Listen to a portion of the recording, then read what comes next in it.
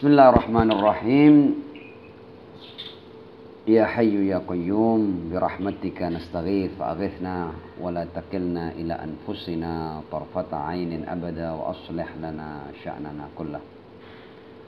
Alhamdulillahi rabbil alamin bari'il khalaiqi ajma'in wassalatu wassalamu ala ashrafi wa afdali anbiya'ihi wa rusulih habibihi wa najibihi wa safiyihi wa khiratihi ala khalqih al-mahmudil ahmad al-abdil muayyad المصطفى الأمجد أبي القاسم المصطفى محمد اللهم صل على محمد وعلى محمد وعلى آله الطيبين الطاهرين المعصومين وأصحابه المنتجبين سيما بقية الله في الأراضين أجل الله تعالى فرجه الشريف واجعلنا وجميع المؤمنين والمؤمنات والمسلمين والمسلمات من أتباعه وجنوده أما بعد إخواني وأخواتي الأعزاء السلام عليكم ورحمة الله وبركاته.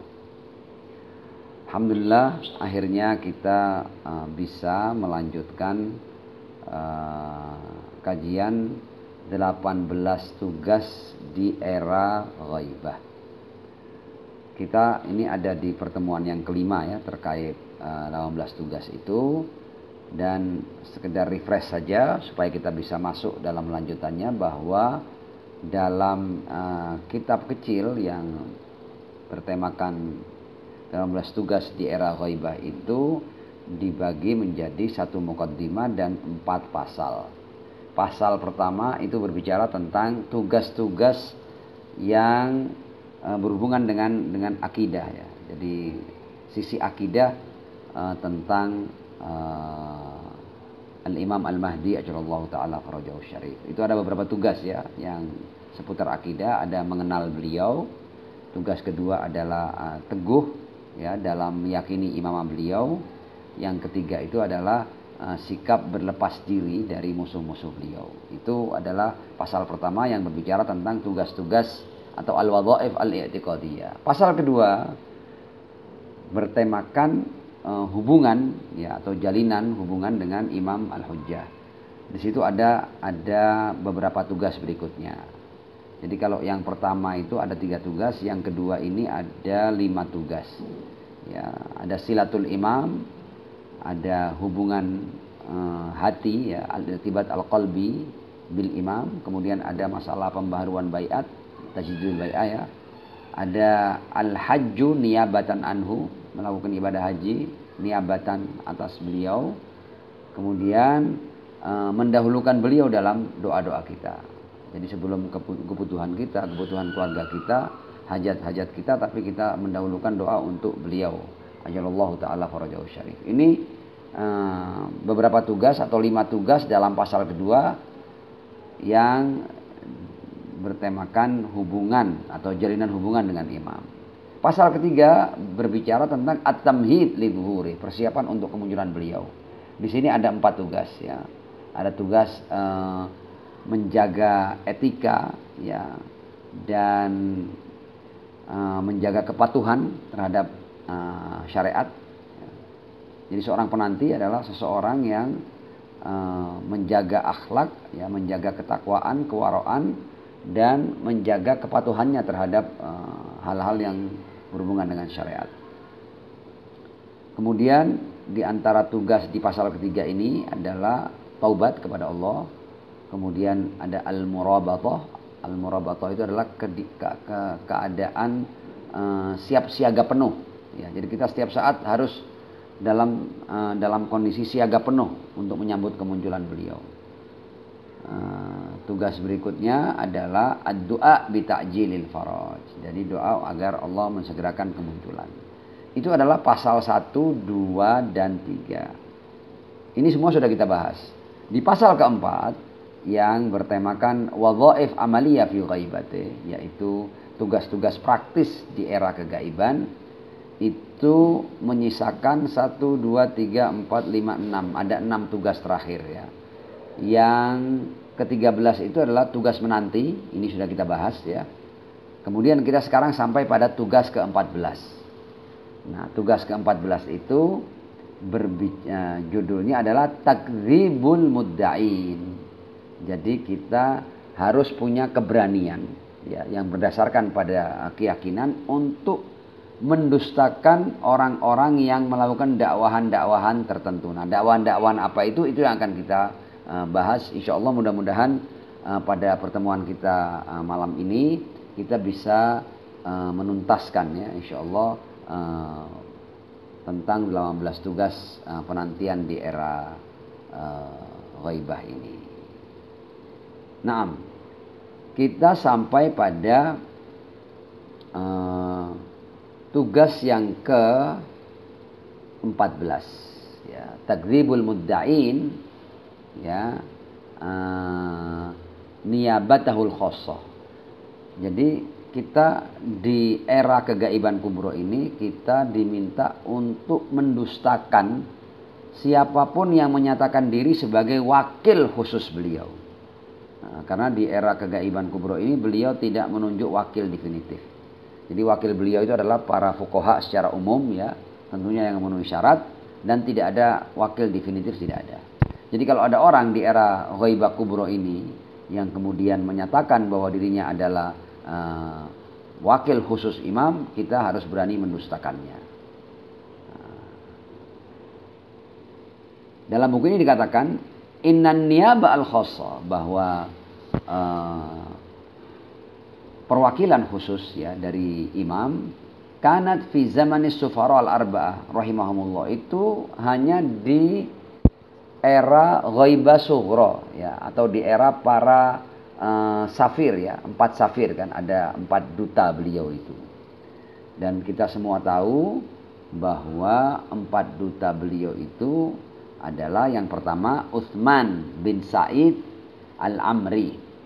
Kemudian dilanjutkan oleh anaknya ketika Utsman ini meninggal, dilanjutkan oleh Muhammad bin Utsman al-Amri. Setelah itu, setelah Muhammad bin Utsman meninggal, dilanjutkan oleh Al-Husain ibn Ruh an-Naubakhti. Husain ibn Ruh Naubakhti itu wakil definitif yang ketiga ya.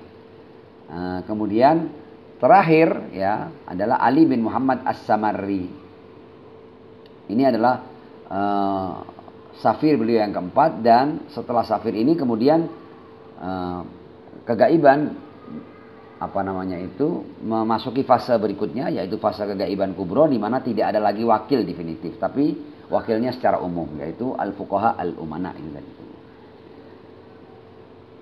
Jadi nuwab al-arba'ah atau 4 wakil ini atau 4 safir ini adalah para sufara yang menjalankan tugas sebagai perantara antara Imam Al-Mahdi dengan Syiah beliau ajallallahu ta'ala farajahu syarif, dan ini di masa kegaiban kubro. Dan 4 orang ini perlu diketahui adalah tokoh-tokoh masyarakat Syiah ya, sahabat-sahabat para imam dan orang-orang kepercayaan mereka ya, 4 orang yang telah saya sebutkan namanya tadi itu. Dan mereka telah mendapatkan kehormatan untuk dan tugas berat ya untuk menjadi wakil khusus imam, satu yang dilanjutkan oleh yang lain, dan dia ini juga mempunyai hubungan dengan seluruh wakil-wakil imam ya di seluruh penjuru dunia ya, dunia Islam pada saat itu. Dan beliau inilah yang orang-orang inilah yang bertugas untuk menyampaikan berbagai macam risalah, wasiat ya, atau tawaqi ya, atau tauqiat ya, surat-surat yang ada stempel imam untuk disampaikan kepada para Syiah ketika itu. Jadi tugas mereka itu seperti itu, 4 orang ini. Nah, kita kembali kepada tugas yang ke-14 ini. Tugas yang ke-14 ini adalah takdzibul mudda'i. Jadi kita harus berani mendustakan kalau ada orang yang mendakwahkan dia adalah safir khusus imam atau naib khusus imam di era kegaiban kubro ini setelah masa 4 wakil itu. Jadi setelah 4 wakil itu sudah selesai, tidak ada lagi wakil definitif. Nah, kalau sekarang ini ada yang mendakwahkan perwakilan, kita harus dustakan mereka karena itu sudah dijelaskan dalam beberapa riwayat yang sampai kepada kita. Nah, karena telah keluar ya at-tauqi ya as-sadir anil imam, itu takdzib kulli man idda'a annahu naibun khosun lahu. Jadi ada tauqi ya, ada surat yang dibawa oleh safir yang keempat itu, bahwa di surat itu ada perintah untuk mendustakan siapapun yang mendakwahkan perwakilan setelah wakil yang keempat ini. Dalam riwayat ya, an Abi Muhammad Al-Hasan ibn Ahmad Al-Maktab, dia berkata, kuntu bi Madinatis Salam. Aku ada di Madinah As-Salam. Fi sana allati tawaffa fiha Asy-Syaikh Ali bin Muhammad As-Samarri qaddasallahu ruha. Aku ada di kota As-Salam ya, pada tahun di mana di tahun itu wakil yang keempat yang bernama Ali bin Muhammad As-Samarri itu meninggal. Fahadartuhu qabla wafati. Aku datang menemui wakil yang keempat itu sebelum meninggalnya beliau. Bi ayyam, beberapa hari sebelum beliau meninggal.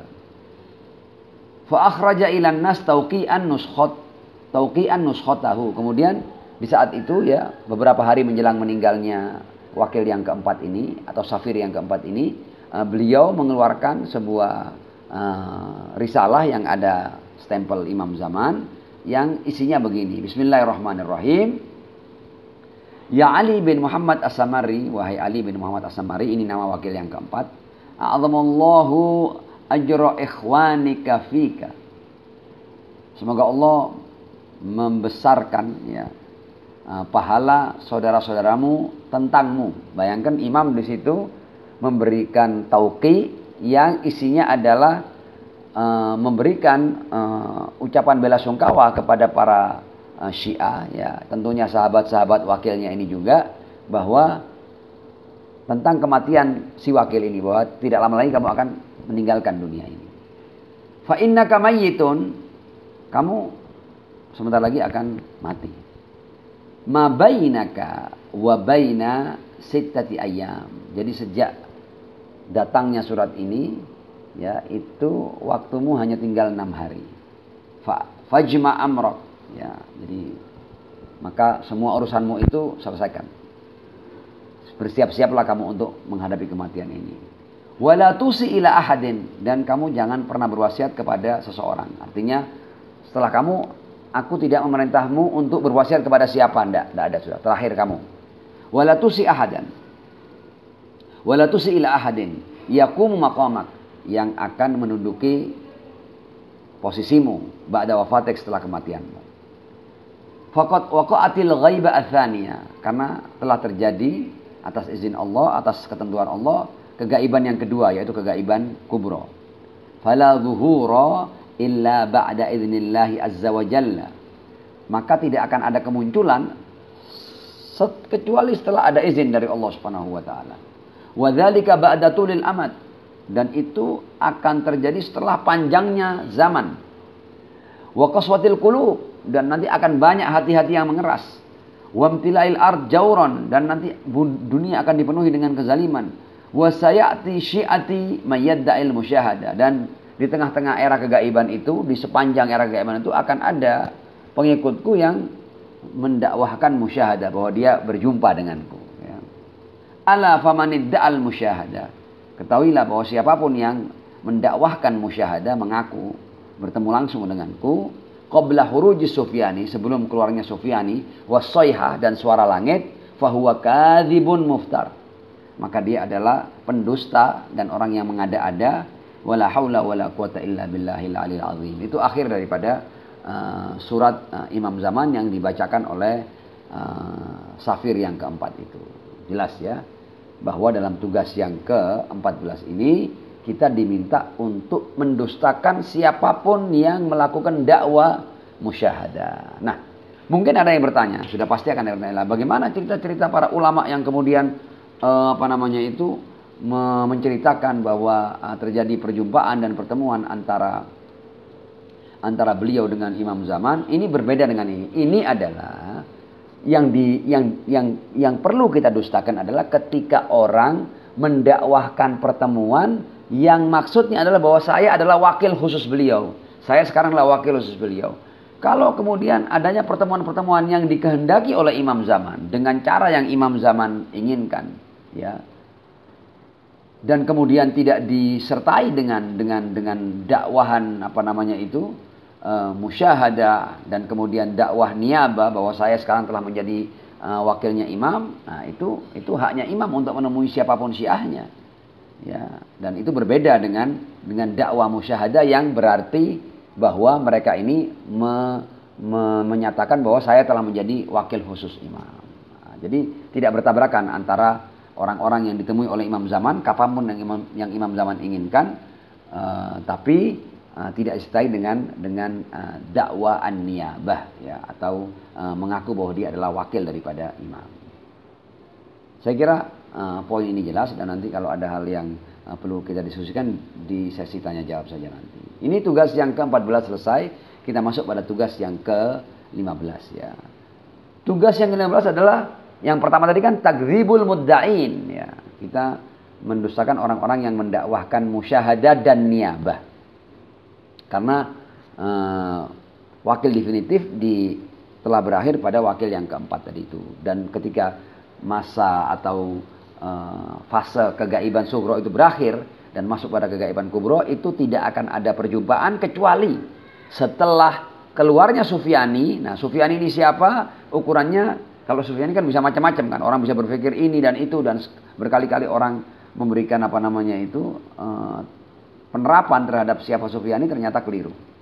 Tapi bukan hanya Sufyani kan, wasoiha dan suara langit. Nah, Sufyani itu beriringan dengan suara langit nantinya. Jadi bukan hanya Sufyani, tapi Sufyani dan suara langit. Jadi suara langit ini yang tidak mungkin ada dua kepala berbeda pendapat. Kemudian tugas yang ke-15 adalah takdzibul waqatin. Ya, mendustakan orang-orang yang berani menentukan waktu kemunculan. Ya. Wal waqat huwallazi yu'ayyinu waqtan muhaddadan lidzuhuril imamil hujjah. Siapa waqat itu? Waqat adalah orang yang berani menentukan waktu tertentu untuk kemunculan imam. Faqad waradat al-katsir minar riwayat, telah datang banyak riwayat yang menegaskan tentang takdzibul muaqqatin, jadi mendustakan orang-orang yang memberikan waktu ini. Di antaranya ini riwayat yang diriwayatkan dari al-Imam Abi Abdullah As-Shadiq alaihissalam, qala, beliau berkata, man waqqata laka minan nas syai'an fala tahabanna an tukadzibahu falasna nuwaqqitu li ahadin waqtan. Ya, yang artinya ini riwayat dari Imam As-Shadiq alaihissalam. Jadi masalah Imam Mahdi ini bahwa akan terjadi kegaiban, dan nanti setelah kegaiban sugro terjadi kegaiban kubro, kemudian di kegaiban kubro itu nanti banyak orang-orang yang mencoba-coba untuk menentukan waktu kemunculan, itu sudah dibahas di era para imam sebelum al-Imam al-Mahdi. Jadi sudah menjadi pembahasan yang cukup cukup detail dan rinci di zaman para imam sebelum Imam al-Mahdi. Karenanya ada riwayat seperti ini dari Imam Ja'far Shadiq alaihissalam. Barang siapa yang menentukan waktu, ya, di antara umat manusia, itu jangan gentar atau jangan takut untuk mendustakannya. Karena kami Ahlul Bait tidak pernah menentukan waktu, ya, kemunculan pada siapapun. Jadi sudah taukid itu harga mati, tidak boleh. Tidak ada yang tahu juga. Para imamnya aja tidak menentukan, kok pengikutnya mau menentukan. Nah, ini juga tidak berarti kalau kemudian seseorang melakukan analisa, kemudian boleh jadi beliau tidak akan lama lagi. Nah, itu masalah lain. Yang tidak boleh adalah menentukan tahun, tanggal, dan hari secara jelas. Nah, ada mamnu. Tapi kalau kemudian seorang, anak kira sepertinya ini zaman zuhur sudah dekat, no problem, itu harapan. Dia bukan menentukan waktu. Dalam riwayat lain dari Abdurrahman ibn Katsir, qala, aku di sisi Abi Abdullah Imam Ja'far Shadiq alaihissalam, idz dakhala alaihi Mahzam. Dan ketika itu datang seorang bernama Mahzam, faqala lahu, kemudian Mahzam berkata kepada Imam Ja'far, ju'iltu fidaka, ya, jiwaku menjadi tebusanmu, akhbirni an hadzal alladzi nantazir mata huwa. Tolong kabarkan padaku wahai Imam tentang sesuatu yang kita nanti ini, ya, kapan itu akan terjadi. Faqala, Imam Ja'far berkata, ya Mahzam, kadzabal waqatun, ya, sungguh berdusta orang-orang yang menentukan waktu. Wa halakal musta'jilun, dan hancur dan binasalah orang-orang yang tidak sabaran ingin buru-buru untuk urusan kemunculan ini.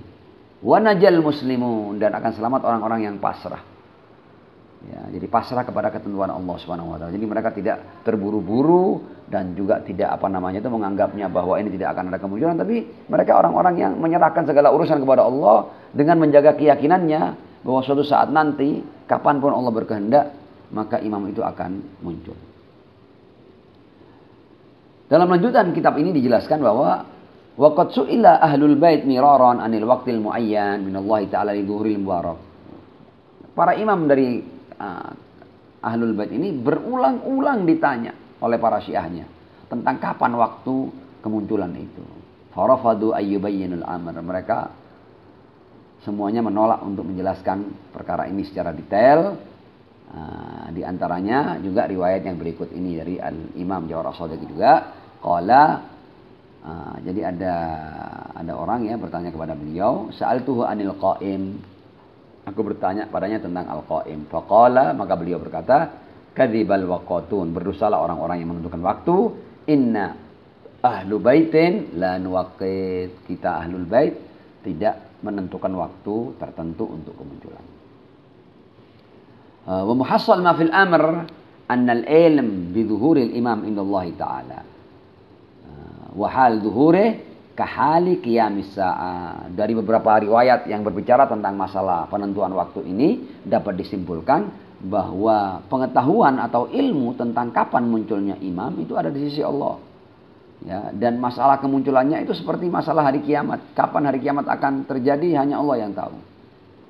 Dalam riwayat yang diriwayatkan dalam kitab Uyun Akhbar Ar-Ridha, ya, itu Al-Hamadani an Ali an abihi anil Harawi qala sami'tu Di'bal, aku mendengar Di'bal ibn Ali Al-Khuzai, ya, penyair yang bernama Di'bal itu, yaqulu, Di'bal berkata, ansyatu maulai Ali ibn Musa Ar-Ridha qasidati alaihi salam qasidati allati awwaluha. Aku pernah menyampaikan ya puisiku atau syairku atau qasidahku ya di hadapan Al-Imam Ali ibn Musa Ar-Ridha. Qasidah yang cukup panjang yang di antara bait-baitnya ini. Madarisu ayatin khalat min tilawah wa manzil wahyin mukaffarul arasat, ya. Jadi artinya ini madarisu ayat maksudnya tempat-tempat orang belajar ayat-ayat Allah itu telah sepi dari bacaan. Ya. Wa manzil wahyin, dan rumah wahyu itu seakan itu terpencil ya, termarginalkan. Kemudian syairnya berlanjut, falamman tahitu ila qauli, dan ketika aku akhirnya sampai pada bagian ini dari syairku, khuruju imamin la muhala kharij. Ya, munculnya seorang imam yang pasti dia akan keluar, akan muncul.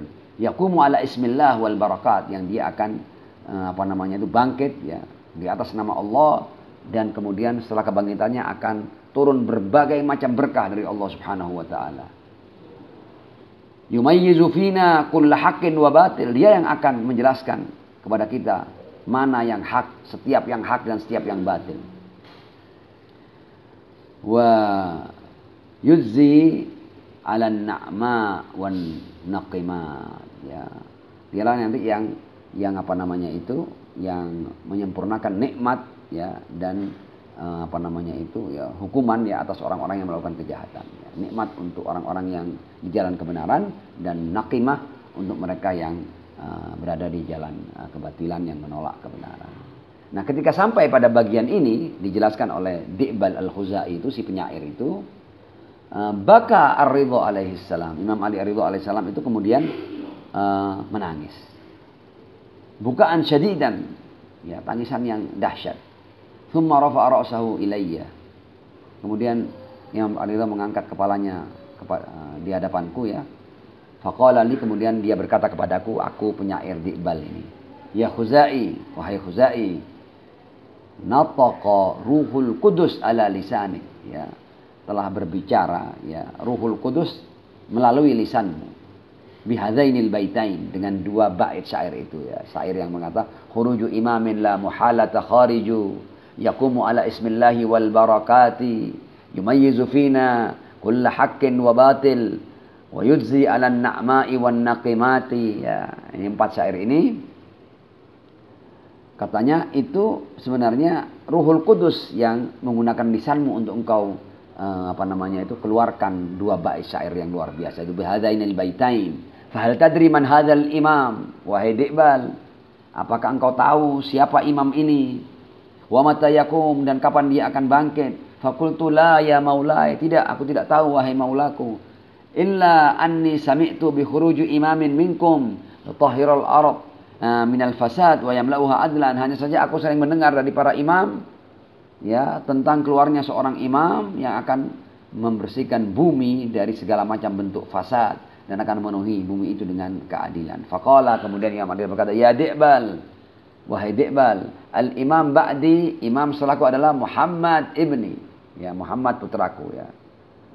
Al-Jawad maksudnya. Wa ba'da Muhammad ibnuhu Ali, setelah Muhammad Jawad ibnuhu Ali, Ali An-Naki maksudnya. Wa ba'da Ali ibnul Hasan, dan setelah Ali putranya Hasan Al-Askari maksudnya ini ya. Wa ba'da Al-Hasan ibnuhu Al-Hujjah Al-Qaim, ya. Al-Muntazar fi ghaibati, dan setelah Hasan adalah putra beliau Al-Hujjah Al-Qaim, Al-Muntazar yang dinanti dalam kegaibannya. Al-Muta' fi zuhur, yang akan ditaati saat kemunculannya. Walau lam yabqa minad dunya illa yaumun wahid, dan seandainya tidak tersisa dari dunia kecuali satu hari saja, la tawwalallahu dzalikal yaum, Allah akan panjangkan hari itu hatta yakhruj, sampai dia keluar, fayamla'uha adlan, dia akan memenuhi dunia dengan keadilan, kama muli'at jawran, setelah dipenuhi dengan kezaliman, sebagaimana telah dipenuhi dengan kezaliman. Wa amma mata, adapun kapan wahai Di'bal, fa ikhbarun anil waqt, itu berarti berbicara tentang waktu. Walaqad haddatsani abi an abihi, sungguh telah berbicara padaku ayahku dari ayahnya, dari ayah-ayahnya, an aliyin alaihimus salatu wassalam, dari Imam Ali bin Abi Thalib alaihi salam, anna nabi qila lahu, ya dikatakan kepada ar-rasul, ya Rasulullah, wahai Rasul, mata yakhruj al-qaim min dzurriyyati, kapan akan muncul al-qaim dari dzurriyyahmu itu? Faqala, kemudian Rasul menjawab, mathaluhu mathalus sa'ah, perumpamaan ya tentang apa namanya itu kemunculan al-imam al-mahdi itu atau al-qaim itu adalah seperti as-sa'ah, seperti hari kiamat. La yujalliha liwaqtiha illa hu, thaqulat fis samawati wal ard, la ta'tikum illa baghta. Kemudian Ar-Rasul membacakan apa namanya itu ayat Al-Qur'an ini, la yujal, tentang hari kiamat ya, la yujalliha liwaqtiha, tidak akan ditunjukkan tentang kapan waktu kiamat itu, illahu, hanya dia yang tahu, thaqulat fis samawati wal, berat ya berita tentang kiamat ya atas langit dan bumi, la ta'tikum illa baghta, kiamat tidak akan mendatangi kalian kecuali secara tiba-tiba. Ini adalah tugas yang ke 15. Kita masuk pada tugas yang ke-16. Tugas yang ke-16 adalah izharul ulama li ilmihim fi ghaibati, yang artinya para ulama diminta ya untuk apa namanya itu menunjukkan ya ilmunya di masa kegaiban. Artinya ulama tidak boleh diam lah. Apa yang diketahui oleh para ulama harus disampaikan dan diungkapkan. Dikatakan di sini, fa'alal ulama ayyatasaddu li bayanid din wa nashri. Ya, para ulama harus mengambil tugas dan tanggung jawab untuk menjelaskan agama dan menyebarkannya. Wa talbiyat hajat al-mu'minin, ya, memberikan jawaban kepada kebutuhan-kebutuhan mukminin, wa ikhtidanihim, ya, dan memberikan naungan kepada mereka. Wa riayat syu'unihim, menjaga urusan-urusan mereka, ya, memperhatikan urusan-urusan mereka. Au yaqumu bid-dauril kamil, ya, mereka harus melaksanakan apa namanya itu peran yang sempurna lisaddil faraq al-hasil min ghaibatil imam, ya, atas terjadinya kekosongan ya dari kegaiban imam ini. Jadi kan ketika imam gaib maka ada kekosongan ya tentang pemimpin. Nah, itu tugas para ulama untuk memenuhi masa kosong itu ketika imamnya masih gaib. Sawa'un fi dzalik al-janib al-ilmi wa thaqafi, ya. Tugas-tugas itu ada tugas-tugas yang terkait dengan keilmuan, dengan kebudayaan, dengan kultur, ya. Bima yujad min tahaddiyat wa mustajiddat, ya, karena akan ada banyak tantangan-tantangan yang terjadi yang dihadapi oleh umat ini, dan ada hal-hal, ada permasalahan-permasalahan baru yang muncul, ya. Nah, maka mereka lah yang harus menyampaikan hukum-hukum di masa kosong itu. Wal janib al-amali juga ada dalam tataran amal ya, min hilali hasihim wa tawjihihim liyakunu min ibadillahi ta'ala as-salihin wal hadirin nusrati imamihim inda lahdati zuhuri. Jadi tugas amali ya dari para ulama adalah memberikan motivasi ya, memberikan arahan kepada umat agar mereka menjadi hamba-hamba Allah yang soleh dan hamba-hamba Allah yang selalu dalam keadaan siap untuk membantu imamnya di saat kemunculan. Wa qad ja'a fi riwayah anil Imam al-Jawad alaihi salam. Ada riwayat dari Imam Jawad alaihi salam ya, man takaffala bi aitami ali Muhammad. Barang siapa yang menaungi ya atau mengayomi yatim-yatim alu Muhammad, yatim-yatim ahlul bait maksudnya. Siapa yatim ahlul bait? Ya kita-kita ini. Orang-orang Syiah yang hidup di masa kegaiban itu diberi predikat dalam riwayat sebagai aitam ali Muhammad. Orang-orang yang seakan-akan yang kehilangan ayah mereka. Jadi kita ini di masa kegaiban, predikat kita adalah aitam ali Muhammad. Nah, para imam mengatakan tugas para ulama lah ya untuk mengayomi dan menaungi ya aitam ali Muhammad. Al-munqati'in an imamihim, mereka yang terputus dari imamnya. Al-mutahayyirin fi jahlihim, yang kadang-kadang karena keterbatasan ilmu mereka ini mereka bingung ya di masa kegaiban ini.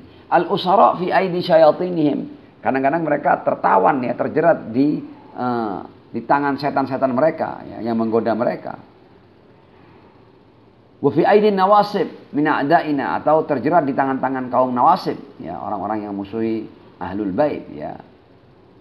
Fastanqadhahum minhum ya, dan para ulama itu akhirnya menolong mereka. Jadi riwayat kan berkata man takaffala bi aitami ali Muhammad ya, barang siapa yang mengayomi dan menaungi aitam ali Muhammad ya dari berbagai macam hal yang telah kita sebutkan tadi, fastanqadhahum minhum, dan berhasil menyelamatkan mereka ya dari musuh-musuh mereka tadi itu, wa akhrajahum min hayratihim, dan menyelamatkan mereka dari kebingungan mereka. Wa qahara syayatin biraddi wasawisihim ya, dan menundukkan setan dengan menjawab ya waswasa atau bisikan-bisikan ya. Artinya wasawis di sini adalah boleh jadi adalah statement-statement yang membuat orang itu meragukan keimanan mereka terhadap imam zaman di atas sebagai contohnya. Wa qaharan nasibin, dan menundukkan kaum nasibi ya, musuh-musuh ahlul bait, bihujaji rabbihim, dengan hujah-hujah Tuhannya, dengan dalil-dalil yang dari Allah. Wa dalil a'immatihim, dan dalil para imam mereka. La yufaddaluna indallahi ta'ala 'alal ibad bi afdalil mawaqi' bi akthar min fadlis sama' al ard wal ars wal kursi wal hujub 'alas sama'. Ya, dikatakan di sini para ulama itu akan diberikan keunggulan ya, akan diberikan keutamaan oleh Allah di sisi Allah Subhanahu wa taala atas seluruh hamba-hamba Allah yang lain dengan sebaik-baik kedudukan ya. Nah, bahkan dikatakan bahwa yang Allah akan berikan kepada mereka itu melebihi, itu seperti keunggulan langit atas bumi ya. Min fadlis sama alal ard ya, bi akthar min fadlis sama alal ard wal ars wal kursi wal hujub alas sama ya. Dan kemudian akan diberikan ya kemuliaan-kemuliaan seperti lebihnya aras, kursi, dan hujub atas langit ya. Ini semuanya perbandingan. Tadi akan diberi sesuatu yang lebih seperti kelebihan langit atas bumi, akan diberikan sesuatu yang lebih seperti kelebihan aras, kursi, dan hujub atas langit. Wa faddalahum wa fadluhum ala hadzal abid ka fadlil qamar ya, lailatul badr ala akhfa kaukab fis sama ya. Jadi keutamaan mereka para ulama itu digambarkan di sini adalah seperti keutamaan bulan purnama ya, atau bulan di malam purnama atas bintang yang paling redup ya cahayanya di langit. Jadi sampai segitunya. Ini sekitar perumpamaan bahwa menunjukkan bahwa orang-orang atau para ulama yang bertanggung jawab untuk mengayomi, menaungi, membimbing ya, memberikan pembuktian atau bukti-bukti yang kuat untuk meloloskan mereka dari kebingungan mereka, itu akan mendapatkan fadilah yang seperti ini. Jadi intinya para ulama di era kegaiban mengemban tugas yang besar agar para pengikut ahlul bait tidak keluar dari keteguhan keimanan mereka terhadap ahlul bait, apalagi dihadapkan pada permasalahan kegaiban yang panjang ini. Dalam riwayat ya dari Al-Imam Hasan Al-Askari, laula may yabqa ba'da ghaibati qa'imina alaihi salam minal ulama ad-da'ina ilaihi wad-dalina alaihi wadzabina an dinih bihujajillah, kata Imam Hasan Al-Askari, seandainya tidak ada yang tinggal ya setelah masa kegaiban qaim ya dari kalangan ulama yang berdakwah, para ulama yang menunjukkan jalan, para ulama yang membela agama Allah dengan hujah-hujah Allah, wal munqidhin lidu'afai, dan orang-orang para ulama yang menyelamatkan ya orang-orang mustad'af dari hamba-hamba Allah, min shibaqi iblis ya dari gangguan-gangguan iblis, wa maradatih ya, wa min fahahin nawas, dan dari perangkap kaum nawasib, lama baqiya ahadun illa irtadda an dinillah, maka tidak akan seseorang pun kecuali mereka akan berpaling dari agama Allah. Jadi kok sampai sekarang ini para Syiah masih tetap ada dan berkembang, ini semua adalah berkat para ulama yang menjaga hazanah keilmuan dari Ar-Rasul dan Ahlul Bait untuk sampai kepada mereka, dan akhirnya mereka tetap teguh memegang keyakinan ini. Seandainya tidak ada mereka, maka tidak akan tersisa seorang pun kecuali akan berpaling dari agama Allah. Walakinnahumul ladzina yumsikuna azimmata qulubi du'afa'i Syiah. Tapi mereka lah para ulama yang memegang kendali hati kaum du'afa Syiah, kama yumsiku sahibus safinah, seperti nahkoda itu yang itu mengendalikan istilahnya perahu ya yang ada penumpangnya. Ulaika humul afdalun indallahi azza wajalla. Mereka adalah orang-orang yang mendapatkan keutamaan di sisi Allah Subhanahu wa taala. Kita lanjut. Wali ajli ahammiyati ma yakum bihil ulama fi zamanil ghaiba min tadhkifin nas wa inqadhin linufusihim min akhbarit tashkik wal munharifin ya, dan karena pentingnya ya atau urgensi apa yang dilakukan oleh para ulama di zaman kegaiban ya, dari hal-hal seperti memberikan keilmuan kepada umat manusia ya, atau menyelamatkan mereka dari bahaya-bahaya keraguan ya atau penyimpangan, kana thawab lahum kana thawabu lahum bimiqdari hadhil ahammiyah, maka pahala mereka ya selevel dengan urgensi yang mereka itu perjuangkan. Dibayangkan mereka itu ketika menjalankan tugasnya para ulama itu memberikan ilmu kepada umat manusia, menyelamatkan mereka dari keraguan dan penyimpangan. Bayangkan. Jadi pahalanya ya sebesar peran yang mereka lakukan itu. Kata riwayat-riwayat yang sampai dari Ahlul Bait. Fafir riwayah, dalam riwayat dari Imam Hasan sekali lagi ini. Ta'ti ulama syiatina al-qawwamun bidu'afa'i muhibbina wa ahli wilayatina yaumal qiyamah wal anwar tasta min tijanihim. Ya, dikatakan di sini bahwa nanti ulama-ulama Syiah itu orang mereka yang membantu ya atau qawamun itu yang mengurusi ya hal-hal yang terkait dengan du'afa, orang-orang lemah dari para pecinta kami dan orang-orang yang berwilayah kepada kami di hari kiamat nanti. Seperti apa nanti para ulama ini akan tampil? Digambarkan di sini ta'ti ulama syiatina yaumal qiyamah wal anwar tasta' min tijanihim. Jadi mereka digambarkan mengenakan mahkota-mahkota dan dari mahkota mereka itu akan memancar sinar. Ala ra'si kulli wahidin minhum tajun. Ya. Tajubaha. Ya, dikatakan di sini bahwa di setiap kepala mereka para ulama itu ada tiara cahaya, ya, tiara cahaya, mahkota cahaya. Qadim batsat tilkan anwar fi arasatil qiyamah.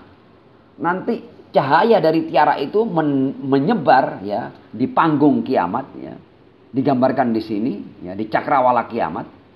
Itu wadauruha yang kejauhannya itu, kejauhan cahaya itu digambarkan itu mencapai perjalanan 300.000 tahun. 300 alaf sana. Ya, jadi digambarkan bahwa pancaran cahaya ini sedemikian luas sampai mampu menembus 300.000 tahun. Ya. Fasyu'a'u tijanihim yambathu fiha kulluha fala yabqa hunaka yatimun qad kafaluhu wa min zalamatil jahli anqadhuhu wa min hayratiti akhrajuhu illa ta'allaqa bi syu'batin min anwarihim farafa'atuhum ilal ulu hatta yuhadhi bihim fawqal jinan. Digambarkan dalam riwayat ini ya, ini yang saya baca tadi riwayat ya. Jadi akan memancar cahaya dari tiara-tiara mereka itu yang nanti digambarkan di sini tidak akan ada seorang yatim yang mereka naungi ya, dan tidak ada orang-orang yang merupakan korban kebodohan kecuali mereka selamatkan, dan tidak ada orang-orang yang bingung kecuali mereka keluarkan dari kebingungannya. Orang-orang itu semuanya kecuali dilihatkan nanti di hari kiamat bahwa mereka ini akan bergantung pada setiap cabang ya, setiap cabang ya dari cahaya-cahaya mereka, dan nanti orang-orang yang mereka tolong itu kelihatan bahwa orang-orang itu berpegang pada cahaya-cahaya mereka, farafa'adhum akan ditarik ya ke arah ketinggian ilal ulu sampai betul-betul berhadapan dengan surga Allah SWT. Yuhadhi bihim fawqal jinan. Bahkan digambarkan di sini mengangkat mereka sedemikian tinggi sampai-sampai mereka bisa berada di atas surga-surga Allah SWT. Jadi digambarkan seperti itu. Ini peran ulama di era kegaiban diberikan apresiasi yang luar biasa oleh para imam ahlul bait alaihimussalam. Kemudian penulis buku ini memberikan memberikan penjelasan. Wala yaktasir hadzal daur alal ulama. Tapi perlu diketahui bahwa peran ini tidak terkhusus kepada ulama-ulama yang memang katakanlah memang mereka seperti mujtahid atau seperti marja atau seperti memang seorang ayatullah atau seorang hujjatul Islam. Enggak, itu iya sudah pasti mereka itu.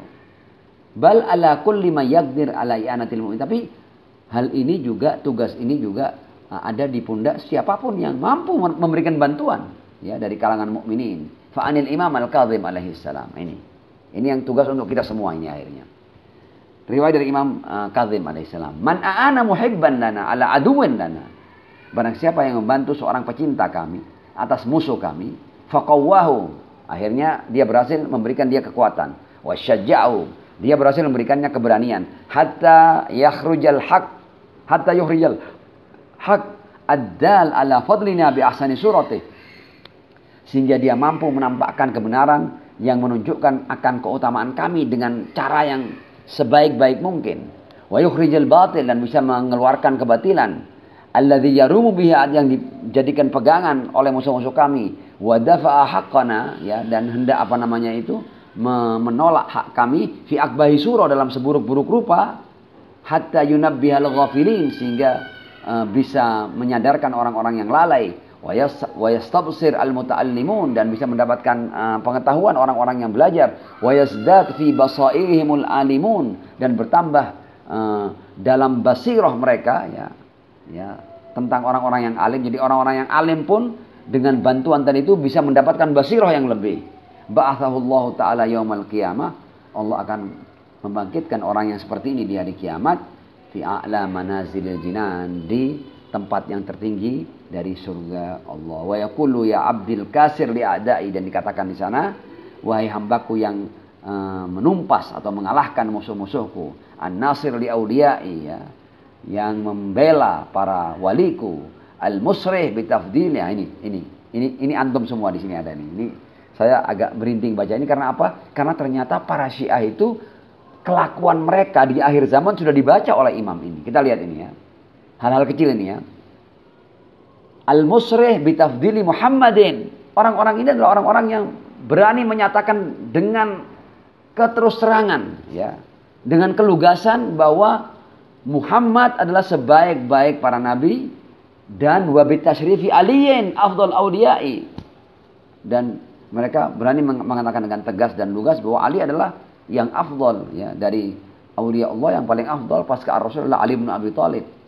Wa yunawi manawahuma, dan mereka itu selalu bersama orang, jadi mengikuti orang-orang yang mengikuti mereka berdua. Jadi para Syiah di akhir zaman itu adalah orang-orang yang akan mengikuti siapapun yang mengikuti Muhammad dan Ali bin Abi Thalib alaihissalam. Jadi selalu mengiringi orang-orang yang menjadikan Muhammad dan Ali sebagai panutannya. Ini yang saya katakan yang bisa kita lihat sekarang ini. Wa yusammi bi asma'ihima. Ya. Dan mereka akan memberikan nama, ya, dengan nama-nama mereka berdua. Wa asma' khulafaihima, nama para imam setelah mereka. Wa yulaqab, ya. Ini bisa juga dibaca wa yusamma. Orang-orang ini adalah orang yang dinamakan, ya, dengan nama mereka berdua, Ali dan Muhammad, dan nama-nama para khalifah Ali dan Muhammad, ya, 11 imam setelah Imam Ali.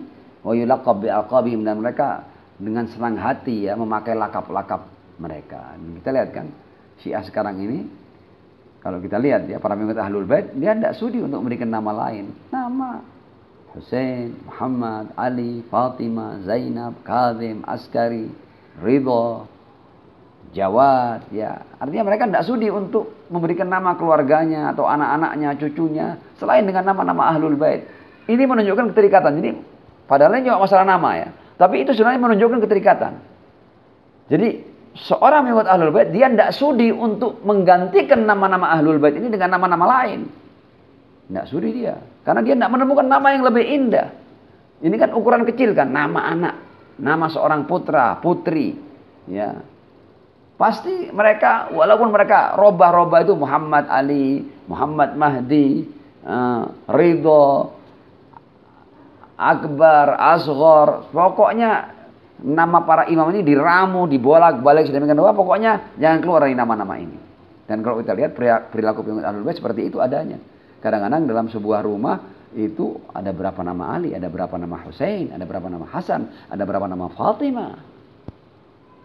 Tinggal diganti-ganti, ada Fatimah Naqiyah, ada Fatimah siapa Aliyah, ada Fatimah Haura, ada, pokoknya Fatimahnya ada.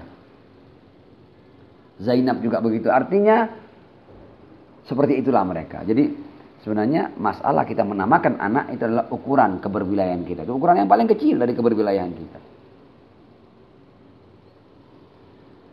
Naam, ya, saya hal-hal yang sudah jelas saya lanjut aja supaya kita bisa setidaknya tuntas, ya, dalam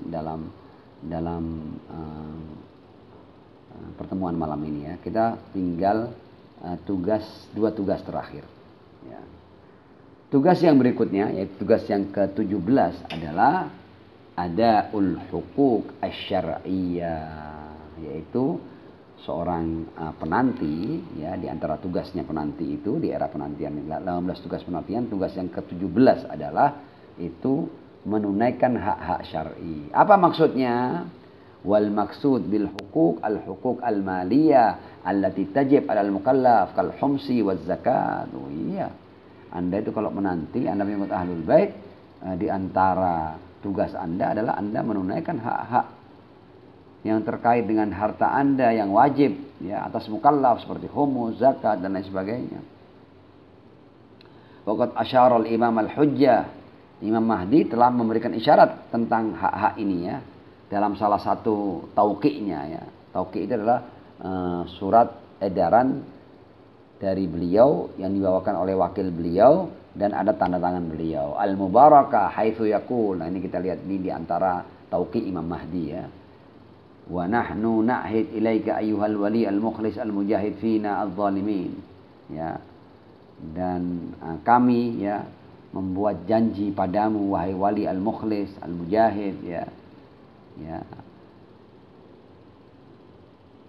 wahai apa namanya itu, wali mukhlis ini adalah wakil beliau itu, ya, yang mukhlis, yang berjuang, ya, fina al-zalimin, ya, artinya orang-orang yang zalim kalian perangi, atas kami kalian perangi.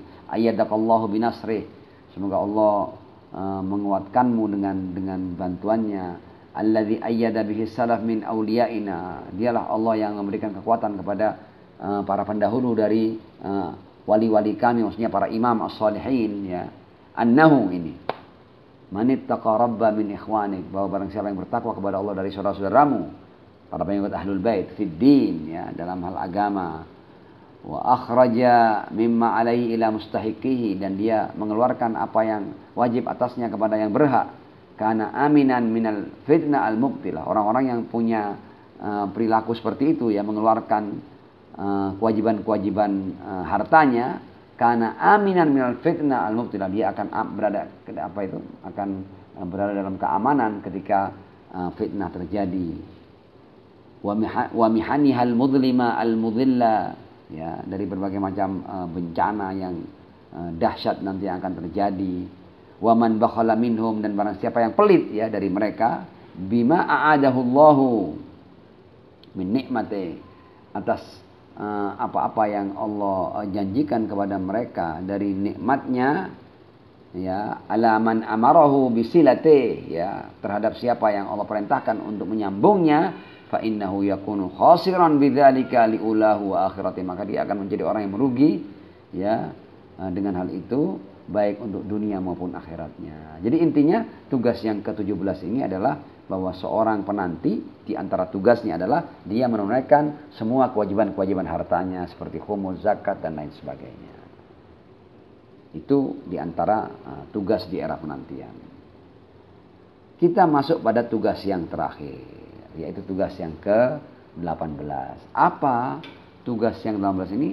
Adalah adamu qaswatil qulub litulil ghaibah. Kita diminta untuk menjaga agar hati kita tidak mengeras karena panjangnya masa kegaiban. Dijelaskan di sini. Faqad yaksu qalbul mar'i. Ya, boleh jadi hati seseorang itu akan mengeras bisababi tulin tidhari, karena dia sudah panjang menanti. Bahkan dia melihat sejarah, ternyata sejarah penantian orang-orang Syiah ini dari Imam Mahdi sudah bukan hanya di era saya ya, tapi sudah era beberapa generasi sebelum saya. Kalau dia hitung sudah puluhan abad lebih ini. Ya, katakanlah seperti itu. Faqad yaksu, ya boleh jadi akan mengeras hati seseorang karena panjangnya masa penantian. Wa qillati dzikril imamil hujjah, dan karena dia sudah tidak lagi berbicara tentang al-imam al-hujjah. Wal matlub, padahal yang diharapkan an nuhafid ala lini hadhil qulub, kita diminta untuk menjaga lembutnya hati ini, wal ibtiad, dan menjauhi hal-hal yang yurith qaswatah, yang membuat hati itu keras. Apa itu? Fafir riwayat, dalam riwayat an Abi Ja'far Ats-Tsani, maksudnya Imam Jawad di sini, an abae, dari ayah-ayah mereka, dari Amirul Mukminin Ali bin Abi Thalib alaihissalam.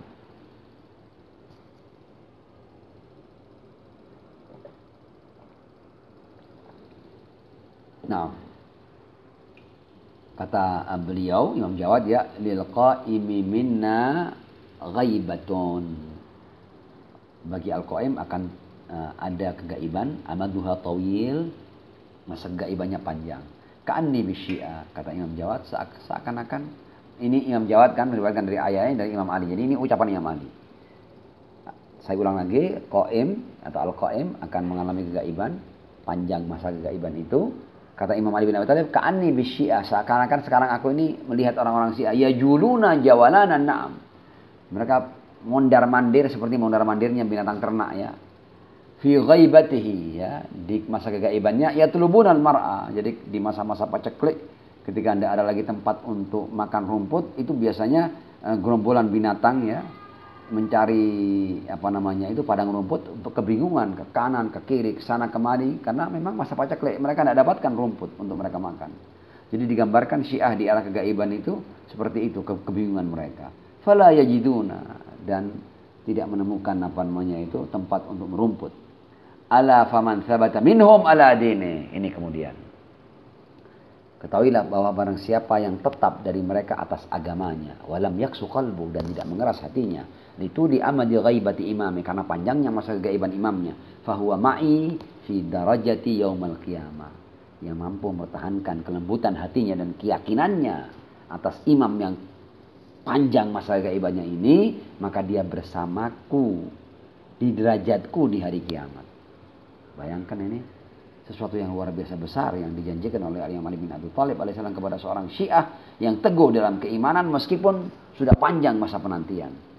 Bayangkan, saya kata beliau, fahuwa ma'i, dia bersamaku, fi darajati, di derajatku yaumal qiyamah. Thumma qala alaihissalam, kemudian beliau berkata, innal qa'im minna, ya, al-qa'im dari kami itu, idza qama lam yakun li ahadin fi unuqihi bai'a. Jadi beliau, Imam zaman itu ketika muncul, beliau tidak pernah berbaiat kepada pemimpin manapun.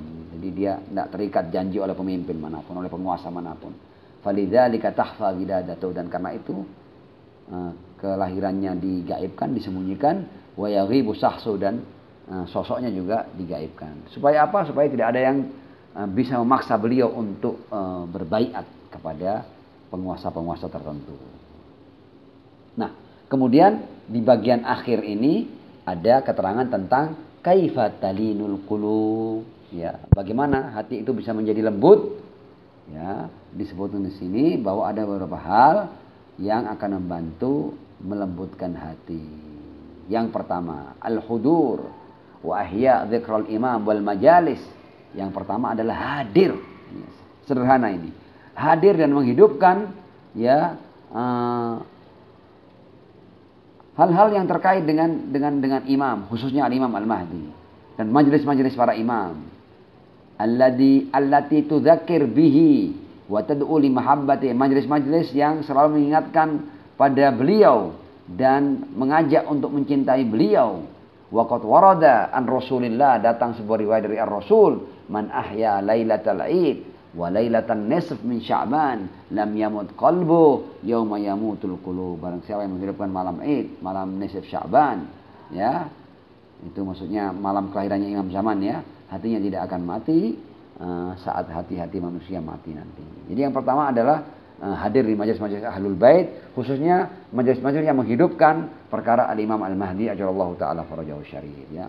Majelis-majelis Sya'baniyah, nisfu Sya'ban, peringatan kelahirannya, itu sesuatu yang membuat hati lembut. Dua, mujalasatul ulama, ya. Jadi banyak duduk dengan para ulama. Faqad jaa fi wasiyati Luqmanil Hakim, datang dalam wasiat Luqman Al-Hakim kepada putranya, ya bunayya, wahai putraku, jalisil ulama, duduklah dengan para ulama. Wazahimhum birukbatai, ya. Dan sampai digambarkan ini, tempelkan, ya, dekati para ulama sehingga seakan engkau menempelkan kedua lututmu kepada mereka, ya.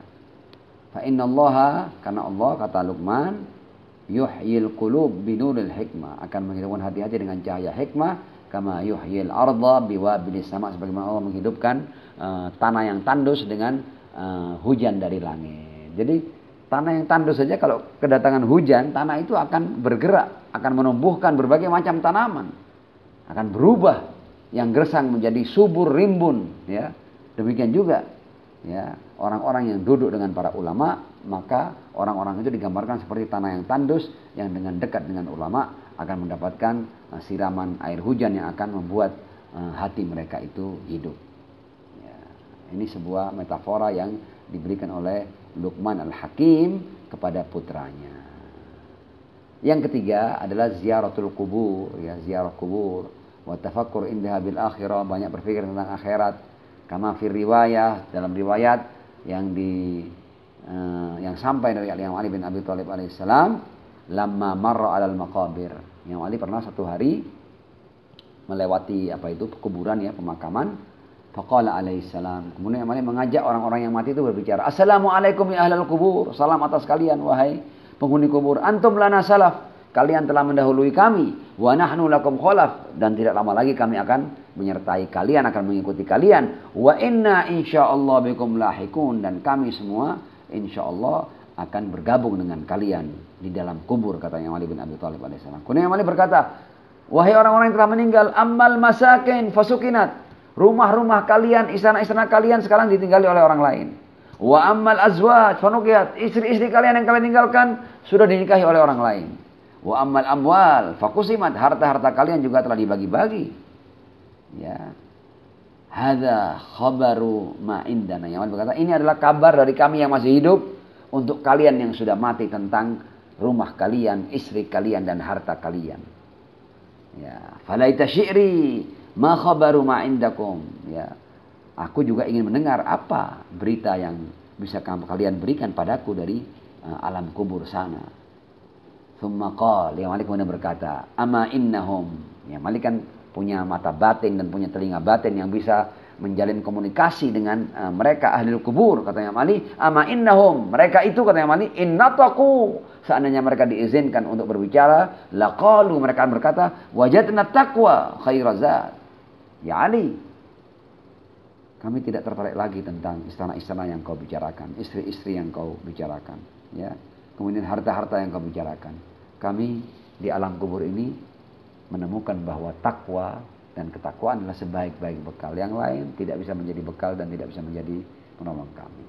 Jadi di antara hal yang membuat hati itu lembut dan lunak adalah ziaratul kubur dan menjadikan tempat pemakaman itu sebagai tempat untuk kita berpikir tentang kehidupan yang setelah kehidupan dunia. Yang keempat, ini yang penting. Terakhir ini sudah. Yang keempat adalah dalam rangka menghidupkan atau melembutkan hati adalah i'anatul muhtajin, ya, membantu orang-orang yang punya kebutuhan. Wa tahannun alaihim, dan berlemah lembut, bersikap lembut dan menyayangi mereka. Ya. Fa'an Rasulillah, riwayat dari Ar-Rasul, lama syaka ilaihi rajulun qasawata qalbi. Ada seorang yang mengeluhkan, mengadukan kepada Rasul tentang kekerasan hatinya. Rasul kemudian berkata begini kepadanya, idza aradta ayyalina qalbuk, kalau engkau ingin hatimu itu menjadi lembut, fa'at'im al-miskin, berilah makan orang miskin, orang yang membutuhkan, saudaramu, keluargamu, handai tolanmu, karib kerabatmu, para tetanggamu, orang-orang yang kamu tahu mereka memang punya kebutuhan, ya, yang secara ekonomi mereka kesusahan dan kesulitan, bantu mereka. At'im al-miskin, wamsah ra'sal yatim, ya, dan usaplah kepala anak yatim. Ya, artinya kita berbelas kasih, berkasih, bersimpati, berempati, itu semua adalah hal-hal yang akan membuat hati kita menjadi lembut dan lunak. Dan kalau hati lembut dan lunak, hati itu tidak mudah untuk menyangkal dan menolak kebenaran. Wahakadha. Alhamdulillah, meskipun agak cepat, kita berhasil menyelesaikan tugas yang ke-18. Dan dengan berakhirnya keterangan tentang tugas yang ke-18 ini, berakhir pula kajian kita yang bertemakan 18 tugas di era kegaiban. Tsummal afwa minkum. Wassalamualaikum warahmatullahi wabarakatuh.